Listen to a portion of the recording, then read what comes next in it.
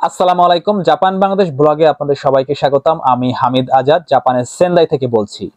আপনারা অনেকে আমাকে একটা প্রশ্ন করে থাকেন যে ভাই, স্টুডেন্ট ভিসায় জাপানে কোন সেশনে আসা সব থেকে ভালো, কোন সেশনে বেশি সিওই আসে, কোন সেশনে ভিসা বেশি পাওয়া যায়।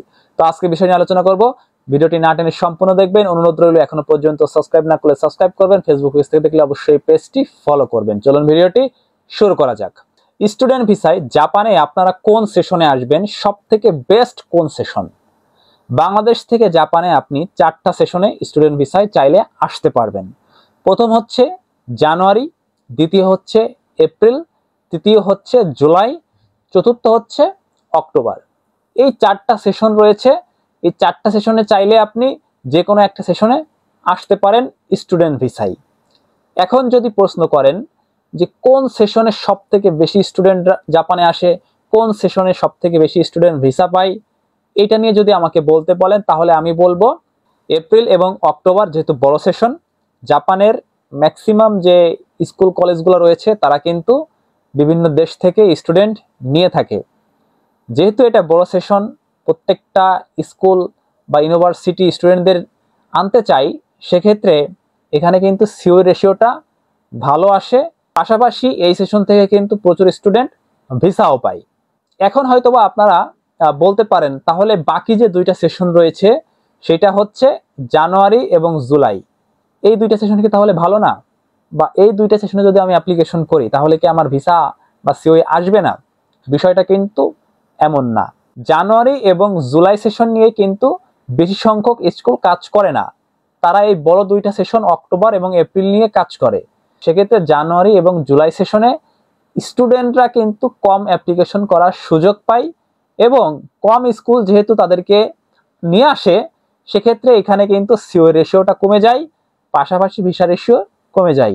বেশি স্টুডেন্ট অ্যাপ্লিকেশন করতে পারলে বেশি ভিসা হবে, বেশি সিও ইস্যু হবে।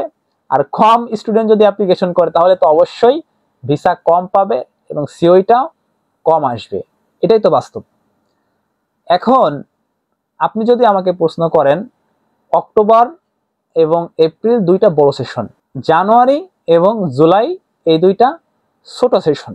আপনি যদি মনে করেন যে অক্টোবর এবং এপ্রিলে অ্যাপ্লিকেশন করলে আপনার সিওই চলে আসবে, আপনি ভিসা পেয়ে যাবেন, জানুয়ারি এবং জুলাইতে অ্যাপ্লিকেশন করলে আপনার সিওই ভিসা আসবে না, তাহলে আমি বলবো আপনি সম্পূর্ণ ভুল তথ্য জানেন। আপনার প্রত্যেকটা ডকুমেন্টস অরিজিনাল, আপনার লিগাল ব্যাংক স্টেটমেন্ট আছে, আপনি ভালো ভাষা জানেন, সার্টিফিকেট আছে, A to Z যদি আপনার ঠিক থাকে তাহলে আপনি অক্টোবরে অ্যাপ্লিকেশন করেন, জানুয়ারিতে অ্যাপ্লিকেশন করেন, জুলাইতে অ্যাপ্লিকেশন করেন বা এপ্রিল অ্যাপ্লিকেশন করেন, যে সেশনেই আপনি অ্যাপ্লিকেশন করুন না কেন আপনার সিওই আসবে এবং আল্লাহর রহমতে আপনি ভিসাও পাবেন। সিওই এবং ভিসা সম্পূর্ণ আপনার ডকুমেন্টসের উপরে নির্ভর করে, এটা কোনো সেশনের উপরে নির্ভর করে না যে ওই 2টা বড় সেশন ওখানে অ্যাপ্লিকেশন করলে সব হয়ে যাবে, এই 2টা ছোট সেশন এখানে অ্যাপ্লিকেশন করলে হবে না, এই সেশন খারাপ ওই সেশন ভালো।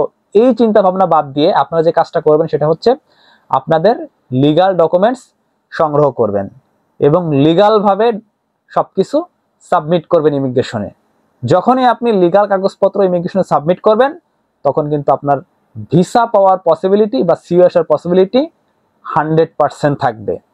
আশা করি এই ভিডিওর মাধ্যমে আপনারা বুঝতে পেরেছেন জাপানে যে 4টা সেশন রয়েছে চাইলে আপনি যে কোনো সেশনে আসতে পারেন।